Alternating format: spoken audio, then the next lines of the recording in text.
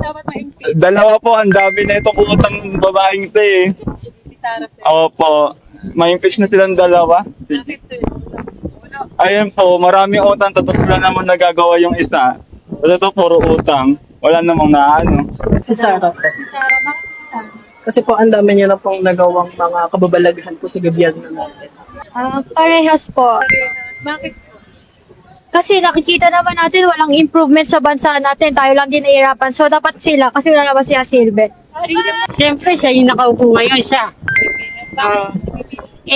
Humirap na humirap lalo eh. Yun lang. Ito may impeach. BBM. Ah, Si BBM. Hindi ba nakikita yung mga nangyayari ngayon? Hindi ba obvious? Ang dami naman ng mali. Pero parang wala naman nangyayari, di ba? Silang dalawa. Oo. Oo. And I wouldn't vote for VP Sara anytime, anywhere. That's it. What's your other question? Bakit po silang dalawa yung dapat i-impeach?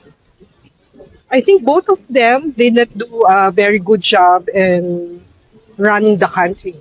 I think they did poorly, and we are not prepared for the big high inflation that we are right now in the middle of. Si Marcos siguro. Kasi walang pagbabago. Kesa nung kay Duterte time. Yun. I think si Marcos dapat. Eto, Si BBM po, bakit si BBM.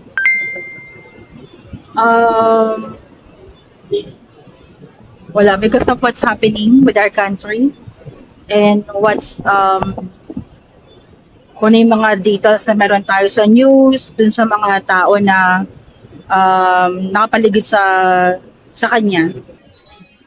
Si BBM. BBM? Bakit po si BBM? Kasi po dati naging presidente ko siya. Tapos parang di naman po siya na sa pwesto na. Parang marami na marami nagiging krimen. Tapos yung mga pagtaas ng bilihin natin, parang di naman yung na susubaybayan. Bakit po? Hindi, kasi di ba, ang dami niyang sinabi nung nag-election something. Tapos nung ngayong nandito na siya sa parang wala yung sinasabi niya. Yun. Wala naman po kwento. I think po parehas. May mga parehas po silang nagawa na parang questionable po sa taong bayan. Hindi po dapat na mamimili, kundi dapat po silang dapat managot sa kanilang mga ginawa po. Yun lang po. Kasi maraming speculation po na pwedeng mag-iba pa rin, kaya magana pa rin po. Lagi po mag-research sa dalawa po nito. Yun lang po. Dalawa. Hindi sila nagpa-perform ng maayos sa baka pinangako nila. Parehas po. Bakit po? Kasi nakikita naman natin walang improvement sa bansa natin. Tayo lang din nahihirapan. So, dapat sila kasi wala naman siya silbi. Ito lang. BBM. Bakit, sir? Kasi parang walang nangyayari. Patulad na lang tawag doon, subsidy.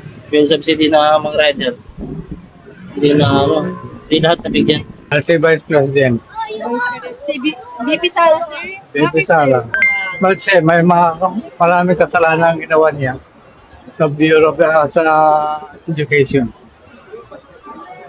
Ito naman si Marcos wala pa naman ginagawang mali. May tama. Si Sara dapat. Si Marcos. Pareho. Pareho naman kurakot siya. Bakit po si Bongbong? Naghihirap yung Pilipinas dahil sa kanya.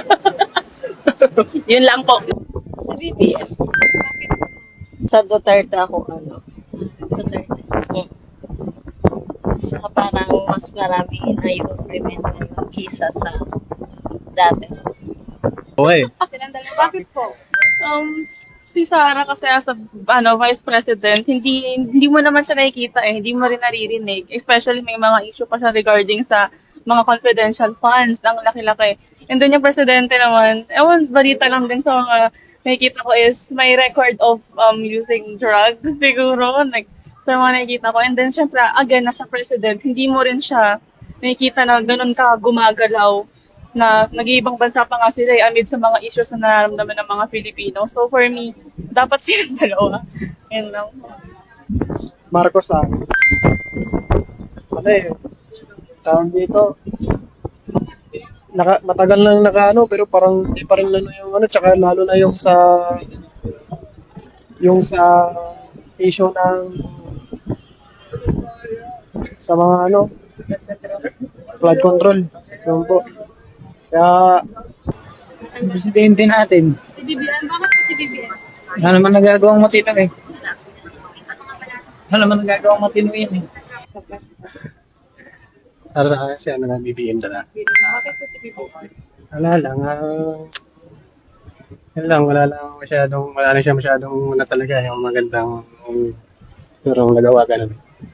Hindi yan like sa ibang dating dumaan na presidente. Ganun. Impeach? BBM. Bakit si BBM? Kasi parang simula nung naging president siya, wala namang nagbago. Compare nung si Duterte pa yun nandito. Yan lang.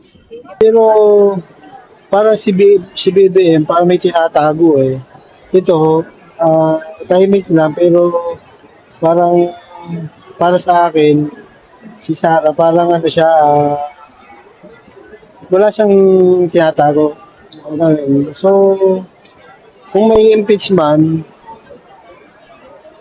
walang problema pa rin sa impeach. Bakit? Para lumabas yung totoo. Kung may tinatago yung dalawa, lalabas mga katotohanan kung sino yung may tinatagong kalokohan, di ba? Ganun lang kasimple para sa akin. Para sa akin, para walang impeach parehas. Lalabas naman kung sino yung totoong may mga tinatagong sa corruption o anomalya o ganun lang. Yun lang po. Sige, si Sarah na lang. Bakit po? Kasi ang daming niyang mga